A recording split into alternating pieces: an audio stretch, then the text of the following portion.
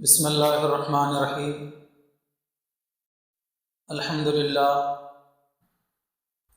للہ کفا وسلام علی عبادہ الذین اصطفیٰ، اما بعد فاعوذ باللہ من الشیطان الرجیم۔ بسم اللہ الرحمن الرحیم۔ الرحمن علم القرآن، صدق اللہ المولانا العظیم۔ وکما ورد فی الحدیث الصحیح قال النبی صلی اللہ علیہ وسلم خیرکم من تعلم القرآن وعلم۔ قابل احترام دینی بھائیوں اور عزیزوں اور پردہ نشین خواتین، بڑی خوشی کی بات ہے کہ الحمدللہ آج ہم یہاں پر بڑی تعداد کے اندر اللہ کے بابرکت کلام قرآن کی نسبت کے اندر جمع ہوئے ہیں۔ اللہ تعالیٰ سے دعا ہے کہ اللہ تعالیٰ ہمارے مل بیٹھنے کو قبول فرمائے۔ میں ہماری پردہ نشین بہنوں سے درخواست کروں گا کہ آپ متوجہ ہو کر بیٹھیں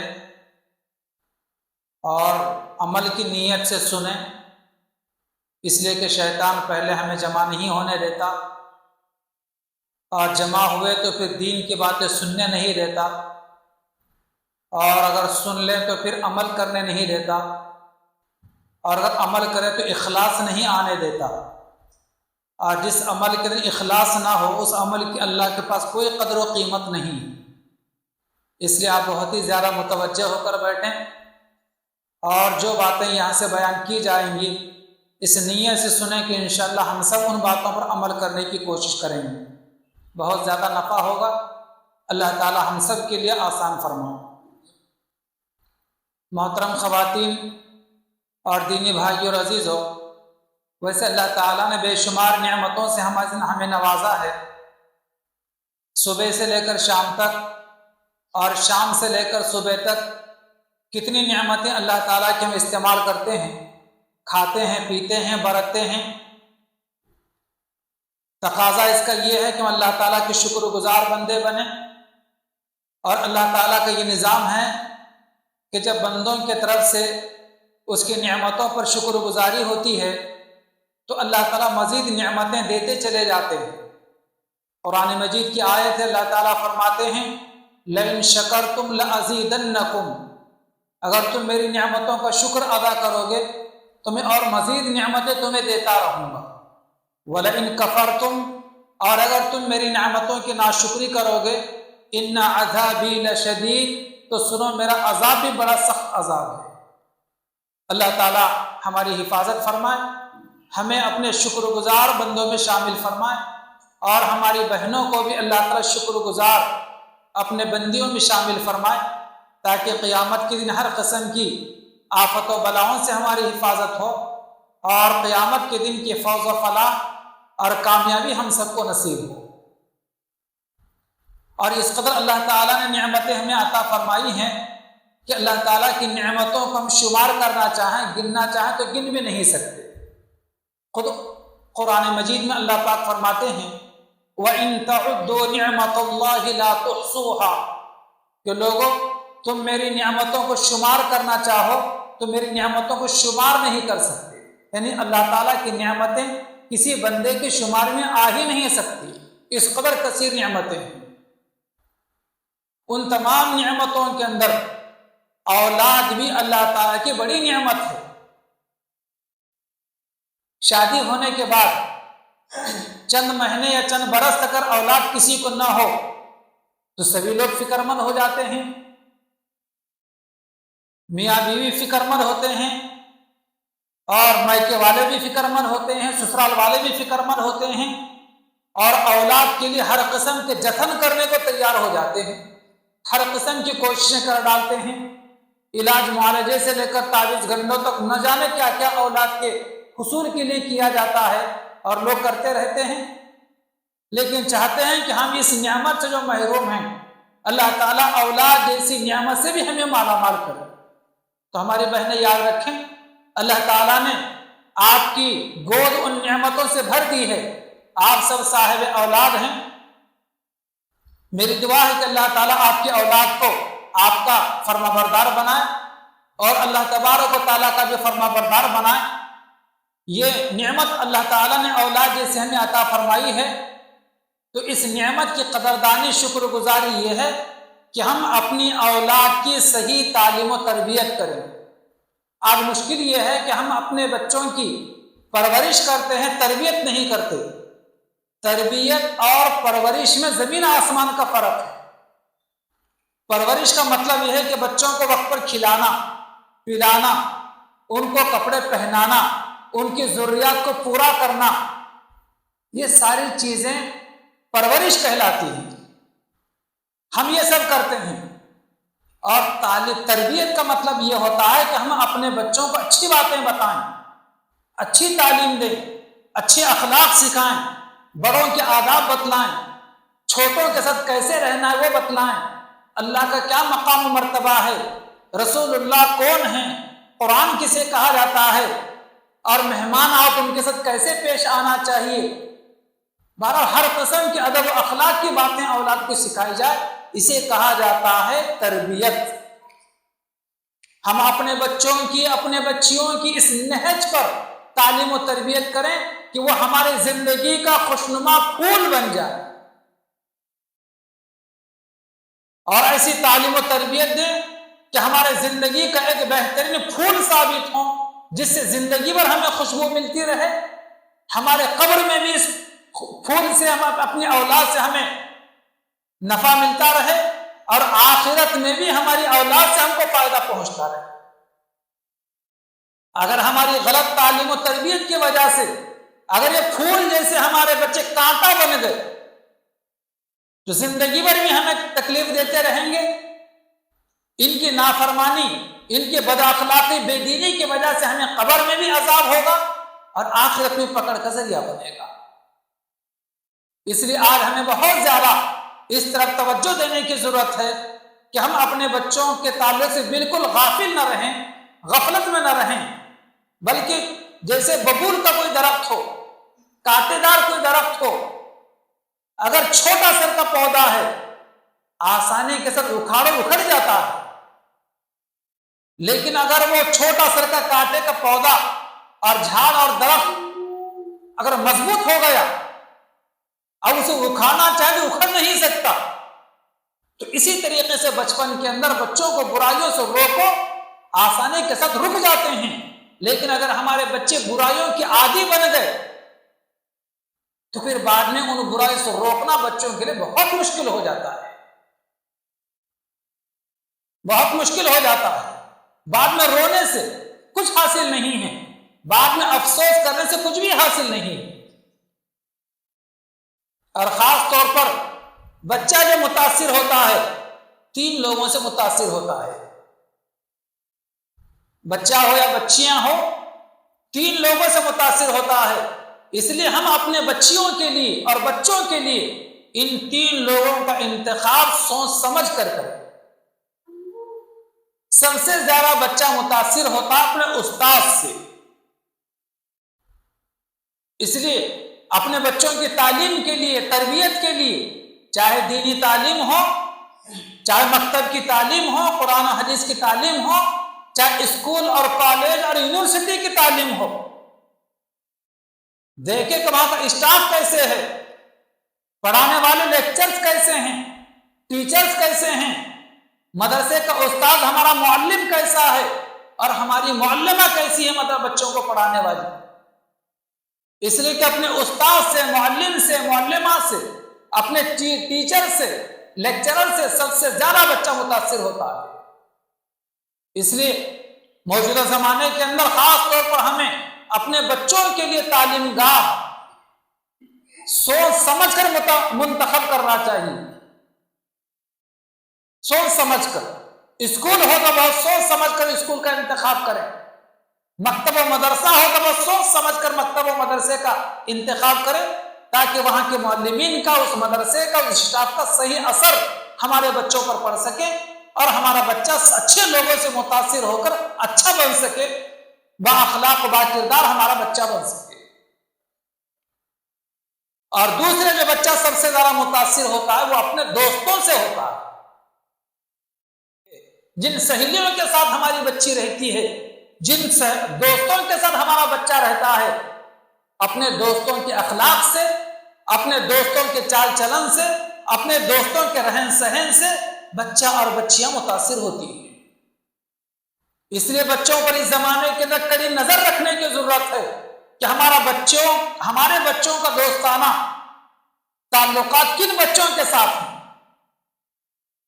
ہماری بچی مکتب جاتی ہے، اسکول جاتی ہے، تو کن بچیوں کے ساتھ جاتی ہے، ان بچیوں کے عادات و اخلاق کیسے ہیں۔ اگر وہ بچے اطمینان بخش ہیں، اخلاق کے اعتبار سے، چال چلن کے اعتبار سے اور ادب و تہذیب کے اعتبار سے، بہت اچھی بات ہے، اچھا ماحول مل رہا ہے آپ کے بچوں کو، اور آپ کے بچیوں کو خدا کا شکر ادا کرنا چاہیے۔ لیکن اگر ایسا محسوس ہو آپ کو کہ جن بچوں کے ساتھ ہمارا بچہ اسکول جاتا ہے یا جن بچیوں کے ساتھ ہماری بچی اسکول جاتی ہے ان کے اخلاق اچھے نہیں ہیں، ان کا رہن سہن اچھا نہیں ہے، ان کے کردار اچھے نہیں ہیں، تو ہم اپنے بچوں کی دوستی ان بچوں سے توڑ دیں۔ خبردار بیٹی، ان بچیوں کے ساتھ آپ رہنا نہیں، اسکول جانا نہیں۔ خبردار بیٹے، ان بچوں کے ساتھ آپ کھیلنا بھی نہیں، رہنا بھی نہیں۔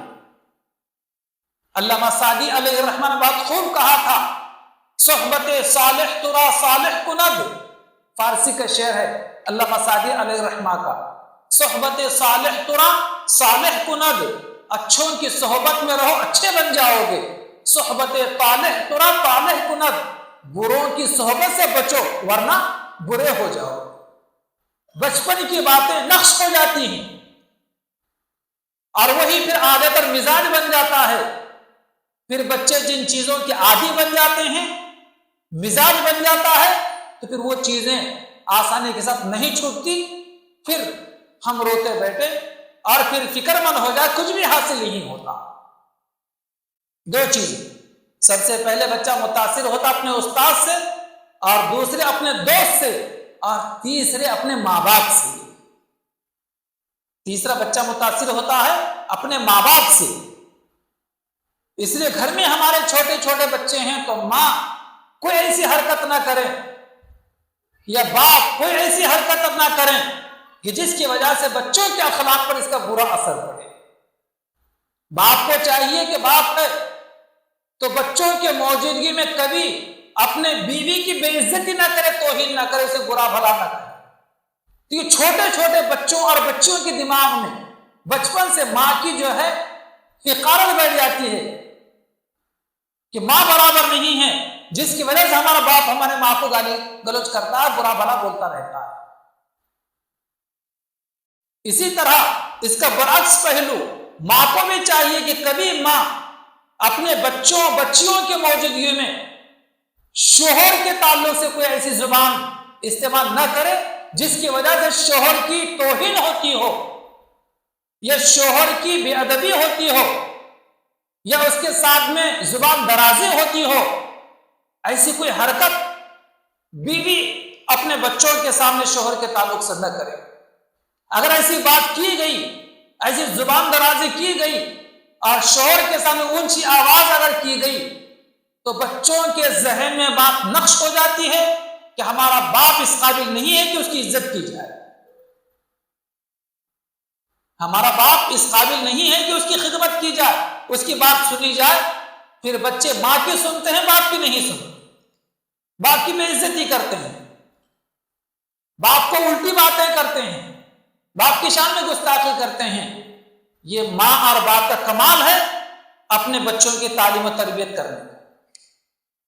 نہ باپ ان بچوں کی ماں کی توہین کرے، بے عزتی کرے، نہ گالی دے، اسی طریقے سے ماں بھی اپنے بچوں کی موجودگی کے اندر اپنے شوہر کو برا بھلا نہ کہے، نہ بچوں کی موجودگی میں اور نہ شوہر کی غیر موجودگی کے اندر۔ آج اس کا عموماً لحاظ نہیں کیا جاتا، جس کی وجہ سے بچوں کے دل و دماغ کے اندر ماں باپ کی جو عظمت ہونا چاہیے، جو قدر و قیمت ہونا چاہیے، وہ نہیں ہوتی۔ حضرت عمر رضی اللہ تعالیٰ کا زمانہ بڑا عدل انصاف کا زمانہ گزرا ہے۔ لوگ اپنے مقدمات لے کر حضرت عمر رضی اللہ تعالیٰ کی خدمت میں آیا کرتے تھے، اور حضرت عمر رضی اللہ تعالیٰ تصفیہ کیا کرتے تھے، مقدمات کے فیصلے کیا کرتے تھے۔ ایک مرتبہ ایک بڑے میاں حضرت عمر رضی اللہ تعالیٰ کی خدمت میں آئے، اور آ کر بڑے میاں نے اپنے بیٹے کی شکایت کی کہ امیر المؤمنین، میرا بیٹا جو ہے میرا حق ادا نہیں کرتا۔ تو حضرت عمر رضی اللہ تعالیٰ نے بڑے میاں کو بٹھایا، کہا کہ بیٹھو۔ پھر ایک خادم کے ذریعے سے حضرت عمر رضی اللہ تعالیٰ عنہ نے ان بڑے میاں کے بیٹے کو بلوایا۔ بیٹا حاضر ہوا۔ بیٹا حاضر ہونے کے بعد حضرت عمر رضی اللہ تعالیٰ اس نوجوان بیٹے سے کہا کہ بھائی کیا تم پہچانتے ہو اس بوڑھے کو، کون ہے یہ؟ تو اس نوجوان نے کہا کہ امیر المؤمنین یہ میرا باپ ہے۔ کہا کہ جب تمہارا یہ باپ ہے تو تمہارا باپ تمہاری شکایت لے کر یہاں پر آیا ہے کہ تم اپنے باپ کا حق ادا نہیں کرتے۔ تو اس نوجوان بیٹے نے فوراً کہنا شروع کیا، امیر المؤمنین کیا باپ پر بیٹے کا کوئی حق نہیں ہوتا؟ تو حضرت عمر رضی اللہ تعالیٰ نے کہا کیوں نہیں، باپ کے اوپر بھی بیٹے کا حق ہے، اولاد کا حق ہے۔ تو اس نوجوان نے کہا کہ ما حق الولد علی ابیہ، مجھے امیر المؤمنین بتلائیے کہ باپ کے اوپر بیٹے کا کیا حق ہے۔ تو حضرت عمر رضی اللہ تعالی عنہ نے 3 حق بتلائے، باپ کے اوپر بیٹے کے 3 حق ہیں۔ تو اس نوجوان نے کہا کہ کیا ہے امیر المؤمنین، مجھے بتلائیے۔ تو حضرت عمر رضی اللہ تعالیٰ بتلایا کہ پہلا حق باپ کے اوپر بیٹے کا یہ ہے ان ينتقى امه، سب سے پہلے یہ ہے کہ اپنی اولاد کے لیے، بیٹا ہو یا بیٹی ہو، اس ہونے والے اولاد کے لیے ماں جو لائے، یعنی اپنی بیوی جو لائے وہ چن کر لائے۔ کیا مطلب چن کر لانے کا؟ یعنی اس کے اخلاق و کردار کو دیکھ کر، اس کے صوم و صلاۃ کی پابندی کو دیکھ کر، اس کے شرم و حیا کو دیکھ کر، دینداری کو دیکھ کر چن کر اپنی شادی کرنا چاہیے، اس لیے کہ اس کے پیٹ سے پیدا ہونے والا بچہ تیرا بیٹا تیری بیٹی کہلائے گی، اور اس عورت کی گود تیرے بچے کا پہلا مدرسہ کہلائے گی۔ اگر یہ عورت جو تیری بیوی ہونے والی ہے وہ اگر بدچلن ہے، زبان دراز ہے، بے دین ہے اور بد اخلاق ہے، بد کردار ہے، بے حیا ہے، تو پھر اس کے گود ہی میں اس بچے کو پروان چڑھنا، پرورش پانا ہے، تو اس کے سارے چیزیں، خامیاں اس بچے میں منتقل ہوں گی۔ اگر ماں اچھی ہے تو اس کی خوبیاں اور کمالات اس بچے میں داخل ہوں گے، بچے میں منتقل ہوں گے۔ تو سب سے پہلا حق اولاد کا یہ ہے کہ اولاد ہونے سے پہلے اولاد کے لیے ماں کا انتخاب چن کر کرنا چاہیے۔ معاشرے میں متعدد بچیاں ہوتی ہیں، لیکن تمام بچیوں میں، عورتوں میں کوئی منتخب، دیندار، صوم و صلاۃ کی پابند، باحیا، با اخلاق، با کردار عورت کو چن کر، لڑکی کو چن کر اس سے شادی کرنا چاہیے، اس لیے کہ اس کی گود تمہارے بیٹے کے لیے، تمہارے بیٹی کے لیے پہلا مدرسہ ہے۔ پھر اس نوجوان نے پوچھا کہ امیر المؤمنین دوسرا کیا حق ہے؟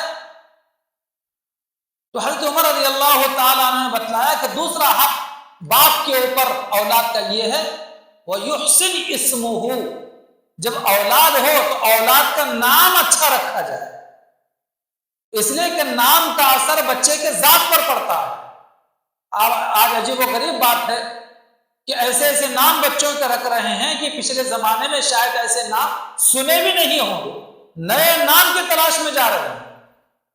جیسے غزالہ نام رکھتے ہیں، کوئی بہن یا پھر غزالہ نام کی ہو تو ناراض مت ہونا، غزالہ کے معنی آتے ہیں ہرن کی۔ بعض لوگ اپنے بچوں کے نام رکھتے ہیں شاہین۔ شاہین باز کو کہا جاتا ہے، پرندے کا نام ہے، جانور کا نام ہے۔ نہ جانے کیسے کیسے نام رکھتے ہیں۔ نام ہم رکھیں گے اپنے بچوں کے جانوروں کی، اور ان میں خوبیاں ڈھونڈیں گے انسانوں کے، تو کہاں سے خوبیاں آئیں گے؟ اللہ کے نبی علیہ السلام کا فرمانے کہ لوگوں تم اپنے بچوں کے اچھے نام رکھو، اس لیے کہ نام کا اثر بچوں کی ذات پر پڑتا ہے۔ آپ کو حیرت ہوگی یہ بات سن کر حضور صلی اللہ علیہ وسلم کو 3 بیٹے ہوئے ہیں اور حضور کو 4 بیٹیاں تھے. حضور کی 4 بیٹیوں کے نام، ایک بیٹی کا نام زینب، دوسرے بیٹی کا نام رقیہ، اور تیسرے بیٹی کا نام ام کلثوم، اور چوتھے بیٹی کا نام بی بی فاطمہ الزہرا. یہ 4 بیٹی، چاروں بیٹیوں کی شادی ہو گئی حضور کے. سب سے چھوٹی بیٹی حضور کی فاطمہ الزہرا. فاطمہ کا آپ علیہ السلام نکاح کیا حضرت علی سے، اپنے چچا زاد بھائی سے. تو فاطمہ کو 3 بیٹے ہوئے، 3 بیٹیاں ہوئی. حضور صلی اللہ علیہ وسلم نے اپنے تینوں نواسوں کے لیے 3 نام منتخب کیے، حسن، حسین اور محسن. اور فاطمہ کو 3 بیٹیاں بھی ہوئی. تو حضرت فاطمہ نے اپنے 3 بیٹیوں کے لیے کون سے نام چنے معلوم ہے آپ کو؟ اپنی سگی تینوں بہنوں کے نام فاطمہ نے اپنے بیٹیوں کے نام رکھ دیے. ایک بیٹی کا نام بی بی زینب، فاطمہ نے دوسری بیٹی کا نام رکھا رقیہ، اور فاطمہ نے تیسری بیٹی کا نام رکھا ام کلثوم. یہ تینوں کی تینوں فاطمہ کی سگی بہنوں کے نام ہیں. آج اگر بتایا جائے کسی کو کہ کوئی آتے ہیں، ہمارے گھر بچی پیدا ہوئی ہے یا بچہ پیدا ہوا، کوئی نام بتلائے، نام بتائے، مطلب یہ ہمارے گھر میں ہے جی نام، ہمارے سسرال میں ہمارے سالے اور سالیوں کے بچوں کے نام ہیں، ہمارے بڑے بھائی کے بچے کا نام ہے. نہیں، یہ بچہ ہمارے گلی میں ہے، اس نام کے بچے ہمارے خاندان میں ہیں. ارے بھائی، اچھے نام کو دوسرے لوگوں نے اپنے بچے کے لیے، اپنے بچی کے لیے منتخب کیا ہے، تو وہ اچھا نام تم اپنے بچے بچی کے لیے کیوں منتخب نہیں کرتے؟ نئے نام کے چکر میں جاتے ہیں. کسی مولانا کا بتلایا نام پسند نہیں آتا، پھر ایسے نام رکھتے ہیں، پھر وہ نام کا اثر بچے کے ذات پر، پھر بعد میں رلاتا ہے بچہ، پھر رلاتی بچہ ہو جاتی، روتی پھرتی. تو بہرحال مختصر میں یہ کہ بچے کا نام اچھا رکھنا چاہیے. حضور پاک علیہ السلام کے مبارک زمانے میں 50 سال کے 60 سال کے بوڑھے مسلمان ہوتے تھے، اسلام قبول کرتے تھے. اگر نام اچھا ہوتا تو حضور نام برقرار رکھتے تھے، لیکن نام کا معنی مفہوم اگر غلط ہوتا تو حضور فوراً نام بدل دیتے تھے. ایک خاتون حضور کی خدمت میں آئی، اسلام قبول کیا. حضور نے پوچھا کہ آپ کا نام کیا ہے؟ تو اس بڑی بھی نے کہا کہ یا رسول اللہ، میرا نام آسیہ ہے. آسی کے معنی تھے گناہگار کی. حضور صلی اللہ علیہ وسلم فرمایا کہ بیٹی، آج سے تم آسیہ نہیں ہو، بلکہ آج سے تم جمیلہ ہو. جمیل کے معنی تھے خوبصورت کی. تم گناہگار نہیں ہو، بلکہ آج سے تمہارا نام جمیلہ. حضور پاک علیہ السلام نے بڑی عمر کے ان کا نام بدل دیا. تو بہرحال اپنے بچوں کے نام اچھے رکھے جائیں کہ نام کا اثر بچوں کے ذات پر پڑتا ہے. اس نوجوان نے پھر پوچھا کہ امیر المؤمنین، تیسرا حق باپ پر کیا ہے اولاد کا؟ تو حضرت عمر فاروق رضی اللہ تعالیٰ نے بتلایا کہ تیسرا حق یہ ہے وَيُعَلِّمُهُ الْقُرْآنِ، اپنے اولاد کو قرآن کی، حدیث کی، دین کی، اخلاق و کردار کی باتیں بتلائی جائیں، ان کو تعلیم دی جائے. جیسے ہی حضرت عمر رضی اللہ تعالیٰ نے 3 باتیں بتلائی کہ باپ کے اوپر اولاد کے 3 حق ہیں، ماں چن کر لائی جائے، نام اچھا رکھا جائے، اور اولاد کو دین کی، قرآن و حدیث کی تعلیم دی جائے. تو اس نوجوان نے کہنا شروع کیا کہ امیر المؤمنین، میرے باپ نے تو میرا ایک بھی حق ادا نہیں کیا. میرے باپ نے جو ہے ایک ایسی عورت سے نکاح کیا ہے، ایک مجوسی کی باندی ہے، وہ باندی سے شادی کیا ہے، اور میرا نام رکھا جعل. جعل کے معنی ہیں گوبرنے کا کیڑا. اور تیسرا یہ ہے کہ مجھے قرآن کا، دین کا، شریعت و سنت کا ایک حرف بھی میرے باپ نے مجھے نہیں سکھلایا ہے. تو حضرت عمر فاروق رضی اللہ تعالیٰ عنہ اس نوجوان بیٹے کو چھوڑ دیے، اس بوڑھے آدمی کو ڈانٹنا شروع کیا. بڑے میاں، تم نے پہلے اپنے اولاد کی حق تلفی کی، اور آج میرے سامنے شکایت لے کر آئے ہو کہ میرا بیٹا اور میری اولاد میرا حق ادا نہیں کرتی. خوب ڈانٹ ڈپٹ کی اور بڑے میاں کو اپنے عدالت سے اپنے گھر سے باہر نکال دیا کہ تم نے پہلے حق تلفی کی اور آج تمہیں کوئی حق نہیں پہنچتا اپنے بیٹے کی شکایت کرنے کا۔ تو محترم دینی بھائی اور عزیزوں اور پردہ نشین خواتین، اس لیے آج ہمارے بچے چھوٹے ہیں، بچیاں چھوٹی ہیں، تو آج ہم اپنے بچوں کی صحیح تعلیم و تربیت کریں، بچوں کو وقت دیں۔ آج ہمارے پاس دوستوں کے لیے وقت ہے، سہیلیوں کے لیے وقت ہے، کچھ وقت اگر بچ جاتا ہے تو موبائل کے لیے وقت ہمارے پاس موجود ہے، لیکن بچوں کی تربیت کے لیے، بچوں کو اچھی باتیں بتلانے کے لیے ہمارے پاس وقت آج نہیں۔ میں بہنوں سے گزارش کروں گا اپنی کہ موبائل سے خود بھی دور رہیں اور اپنے بچوں اپنے بچیوں کو بھی موبائل سے دور رکھیں۔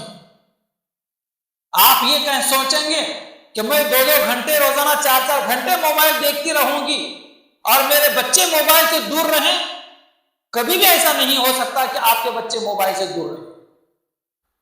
آپ چاہتی ہیں کہ آپ کے بچے باہنر ہوں، با کمال ہوں، با اخلاق ہوں، با کردار ہوں، تو سب سے پہلے آپ کو موبائل سے دور رہنا پڑے گا، بچوں کو موبائل سے دور رکھنا پڑے گا۔ بڑی خوشی کی بات ہے کہ الحمدللہ آپ کے مسجد، آپ کے محلے کے اندر مسجد فیضان میں بھی مکتب چلتا ہے، اس لیے آپ اپنے بچوں کو پابندی کے ساتھ بچیوں کو مکتب میں بھیجا کیجیے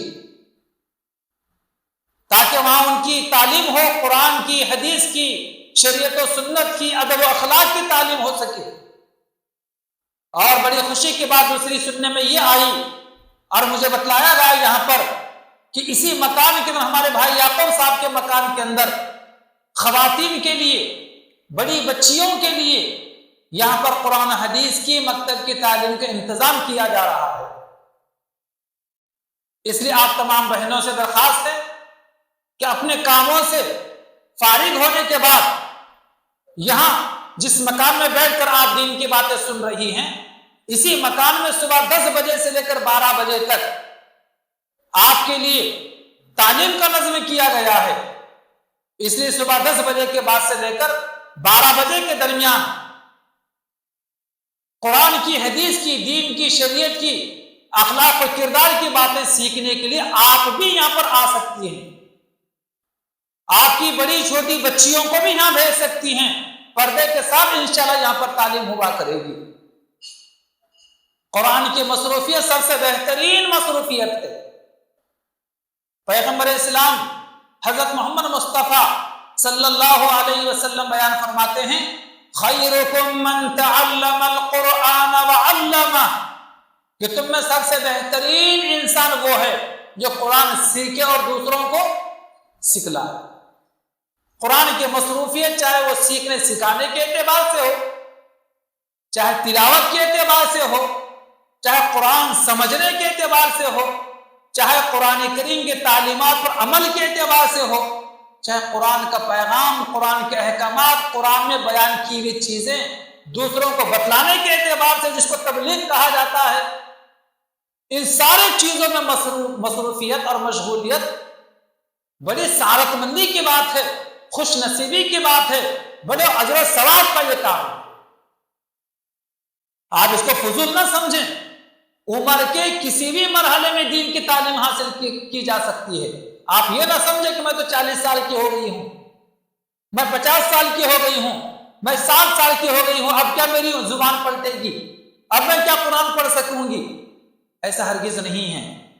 ماں کے گود سے لے کر قبر کے پیٹ میں جانے تک علم حاصل کیا جا سکتا ہے۔ ہمارا جو یہ مدرسہ چلتا ہے، مدرسہ حضرت عبداللہ بن مسعود، ایک خاتون ایسی ہیں 70 سال کی خاتون ہیں، وہ خود بھی پڑھتی ہیں، ان کی بیٹیاں بھی پڑھ چکی ہیں، ان کے نواسے نواسیاں اور ان کے پوترے اور ان کی پوتریاں بھی ہمارے پاس پڑھ رہی ہیں۔ بیٹیوں کے قرآن مکمل ہو گئے، بیٹوں کے قرآن مکمل ہو گئے، نواسے نواسیاں قرآن پڑھ رہی ہیں، پوترے پاتریاں قرآن پڑھ رہی ہیں، دادی جان بچوں کی، نانی جان بچیوں کی جو ہے ابھی دوسرے تیسرے پارے کے اندر عمر 70 سال، الف با زبان سے ادا نہیں ہو سکتا تھا، بسم اللہ الرحمن الرحیم پڑھا نہیں جا سکتا تھا، آج بہترین انداز کے اندر قاعدے کو تقریباً 2-3 سال اگرچہ کہ لگ گئے، لیکن کوشش کرنے سے کیا نہیں ہو سکتا، ہر چیز آسان ہو جا سکتی۔ تقریباً 8-10 سورے ان کو یاد ہو گئے، 5 کلمے یاد ہو گئے، 15-20 دعائیں، اس 70 سال کی عمر کی جو بوڑھی عورت کو جو ہے 15-20 دعائیں یاد ہیں، 15-20 حدیثیں یاد ہو گئی، اور دوسرا تیسرا پارا ان کا چل رہا ہے۔ آپ یہ ہرگز نہ سوچیں کہ ہماری عمر 50 سال ہے، 40 سال کے ہو گئے، اب ہماری زبان نہیں پلٹے گی، اب کیا پڑھنے کی عمر رہی کیا؟ ایسا کچھ بھی نہیں ہے۔ آپ کوشش کیجئے، انشاءاللہ ہر چیز آسان ہو جاتی ہے، عمر کے کسی بھی مرحلے میں تعلیم حاصل کی جا سکتی ہے۔ یہاں جو مکتب شروع کیا جا رہا بھائی یعقوب صاحب کے مکان میں، آپ جہاں بیٹھ کر دین کی تعلیم سن رہی ہیں، یہاں خاص طور پر بڑی عمر کے خواتین کے لیے ہی شروع کیا گیا ہے، اس لیے کہ آپ کی عمر اب مکتب میں جا کر، مسجد میں جا کر پڑھنے کی نہیں ہے، آپ ایسی جگہ پر ہی آ کر پڑھ سکتی ہیں۔ اس لیے کہ بہترین عالمہ کے ذریعے سے آپ کو دین کی تعلیم، قرآن کی تعلیم، حدیث کی تعلیم دی جائے گی۔ اس لیے آپ جو ہے اپنے گھریلو کاموں سے فارغ ہو کر آدھا گھنٹہ صحیح، 2 گھنٹے نہیں بیٹھ سکتے، کوئی ضروری نہیں ہے، 15-20 منٹ آئیں، سبق سنائیں، چلے جائیں۔ آپ کے گھر میں ہو سکتا ہے چھوٹے بچے ہوں، گھر کا کام ہو، آدھا گھنٹہ فارغ کر سکتی ہوں، آدھا گھنٹہ فارغ کریں، 1 گھنٹہ بیٹھ سکتے ہوں، 1 گھنٹہ بیٹھیں، 2 گھنٹہ بیٹھ، جتنا آپ کو مل سکتا ہے وقت اتنا فارغ کر کے یہاں آئے اور اللہ کے بابرکت کلام کو سیکھنے کی کوشش کریں۔ دیکھو پھر آپ کی زندگی میں کیسا سکون آپ کو محسوس ہوگا۔ بڑا بابرکت کلام ہے قرآن مجید، اس کو سیکھنے سکھانے کی مشغولیت اس روئے زمین کے اوپر سب سے بہترین عبادت ہے۔ افضل العبادت قراءۃ القرآن، سب سے افضل ترین عبادت اللہ کے بابرکت کلام کی تلاوت کو کہا گیا ہے۔ عمر کے کسی بھی مرحلے میں تعلیم حاصل کی جا سکتی ہے۔ میں میرے استاد کا واقعہ سناؤں آپ کو تو حیرت ہوگی۔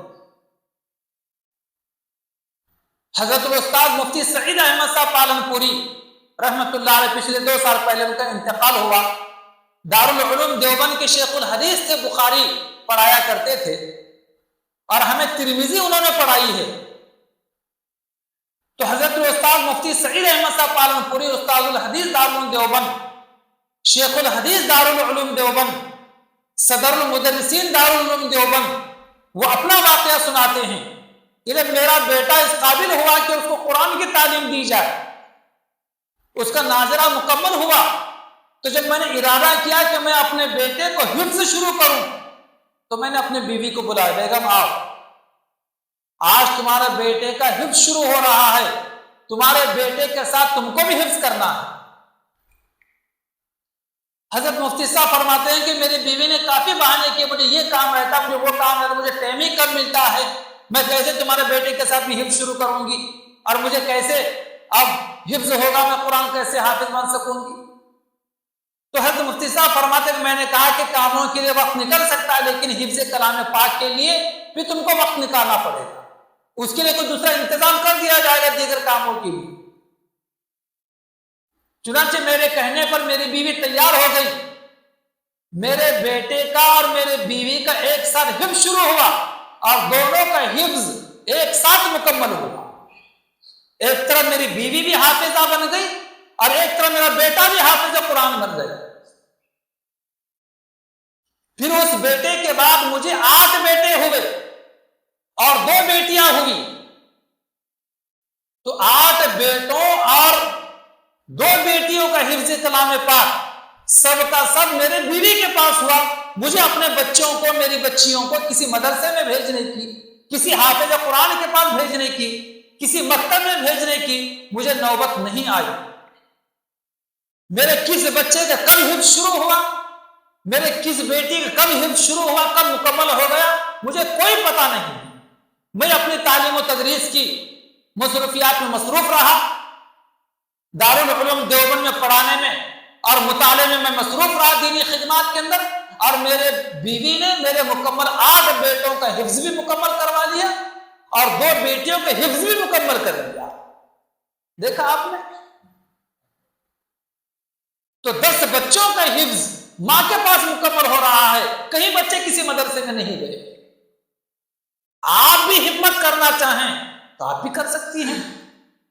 آپ تجوید کے ساتھ نورانی قاعدہ پڑھ لیں، چند پارے 3 پارے بھی اگر تجوید کے ساتھ آپ صحیح پڑھ لیں، 3 پارے بھی، تو باقی سارا قرآن آپ پڑھ لے سکتی ہیں. لیکن پورا قرآن ایک مرتبہ پہلے پارے سے لے کر 30ویں پارے تک اگر کسی معلمہ کے پاس آپ پڑھ لیں تو نور علی نور. اتنا ٹائم اگر نہیں ملتا، 3 پارے بھی صحیح اگر پڑھ لیں تو باقی قرآن آپ پڑھ لے سکتے ہیں، اور اپنی بچیوں کی پھر اور اپنے بچوں کے گھر میں پڑھا سکتے ہیں.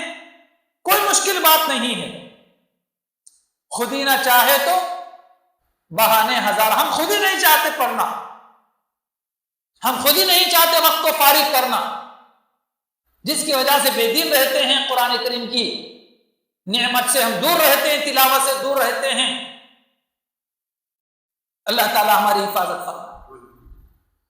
حتیٰ کہ عورتوں کے جو دینی معمولات ہوتے ہیں، روزانہ کے جو معمولات ہوتے ہیں بہنوں کے اور خواتین کے، عورتوں کے، اس کا اثر بھی بچوں کے ذات پر پڑتا ہے. اس کا اثر بھی بچوں پر پڑتا ہے. حضرت مفتی صاحب رحمۃ اللہ علیہ فرماتے ہیں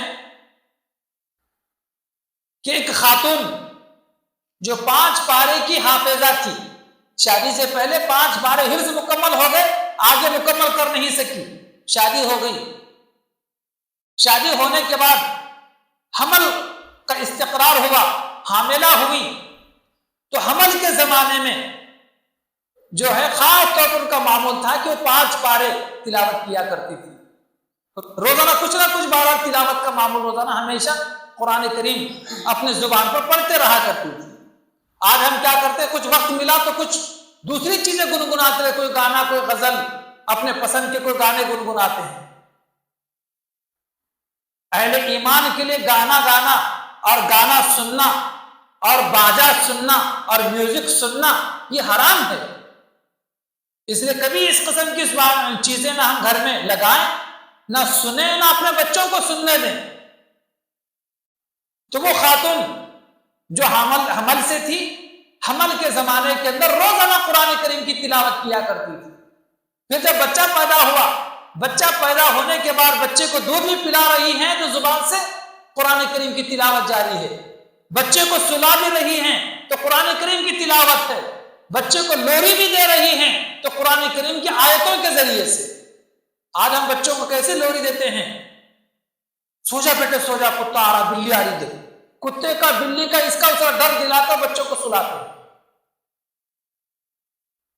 تو جو پارسا خواتین ہوتی ہیں، اچھی عابدہ زاہدہ خواتین ہوتی ہیں، جن کی اچھے طریقے سے تعلیم و تربیت ہوتی ہے، تو وہ اپنے بچوں کے لیے بھی اچھی تعلیم و تربیت کرتی ہیں. تو وہ بیچاری بچوں کو لوری بھی دیتی تھی اپنے بچے کو تو قرآن کی آیتوں کے ذریعے سے، سلاتے ہوئے بھی قرآن کریم کی تلاوت کے ذریعے سے، دودھ پلا رہی ہوتی تو زبان سے قرآن کریم کی تلاوت کے ذریعے. پھر بچے کا دودھ چھوٹ گیا، بچہ پڑھنے کے قابل ہوا تو بچے کو مکتب میں شریک کیا گیا، ناظرہ قرآن مکمل ہو گیا، بچے کو حفظ کرانے کا مرحلہ آیا تو بڑی تیزی کے ساتھ بچہ آگے بڑھ رہا ہے.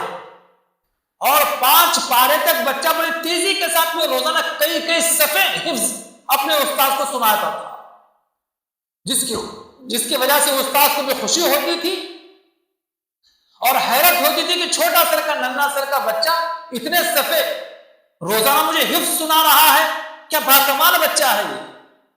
لیکن جیسے ہی 5 پارے مکمل ہو گئے، 6واں پارا شروع ہوگا، ٹھپ ہو گیا، ایک صفحہ بھی مشکل سے سنانے لگا بچہ.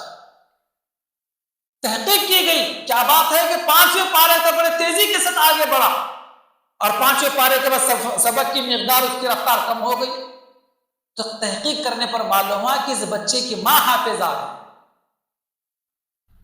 اور اس ماں کا یہ معمول ہے روزانہ کا کہ ہمیشہ بچے کے سامنے قرآن کریم کی آیتیں گنگناتی رہتی ہے. ماں سے بچے کو سن کر 5 پارے یاد ہو گئے تھے، جس کی وجہ سے مکتب میں 5 پارے جلدی سے مکمل کر لیا. اب ماں کو بھی 5ویں پارے سے آگے یاد نہیں ہے، اس لیے بچہ بھی آگے جلدی سے آگے بڑھ نہیں سکا. تو ماں کے معمولات کا اثر بھی بچے کے ذات پر پڑتا ہے. اس لیے ہماری بہنیں اپنے معمولات اچھے رکھیں. جیسی اذان ہو گئی معمول آپ کا یہ ہونا چاہیے کہ وضو کر کے نماز پڑھنا. آپ کو دیکھ کر آپ کے بچیوں کو، آپ کے بچوں کو کہنے کی ضرورت نہیں پڑنا کہ بیٹے اذان ہو گئی اب نماز پڑھ لو. آپ کو دیکھ کر بچے خود تیاری کرنا کہ بچہ ٹوپی لے کر مسجد کو جا رہا ہو. آپ کے وضو کے بعد آپ کی بچی کو بولنے کی ضرورت نہیں کہ بیٹا وضو کر نماز پڑھنا ہے، اذان نہیں سنی کیا تو نہیں. آپ کے ساتھ بچی بھی فوراً پیچھے آپ کے کھڑی ہونا وضو کرنے کے لیے اور آپ کے ساتھ نماز پڑھنے کے لیے. 4 چیزیں ایسی ہیں نبی پاک علیہ السلام فرماتے ہیں کہ جو عورت 4 چیزیں کر لے، 4 اعمال کر لے، اللہ تبارک و تعالیٰ قیامت کے دن اسے اجازت دے دیں گے وہ جنت کے جس دروازے سے چاہے جنت میں داخل ہو جائے. جتنی خواتین اور پردہ نشین بہنیں یہاں پر بیٹھی ہوئی ہیں، میری بات ان تک پہنچ رہی ہے. آپ بھی ہمت کریں اور آپ بھی ارادہ رکھیں کہ انشاءاللہ ہم بھی ان 4 باتوں پر عمل کر لیں. بخاری شریف کی حدیث ہے، نبی کریم صلی اللہ علیہ وسلم فرماتے ہیں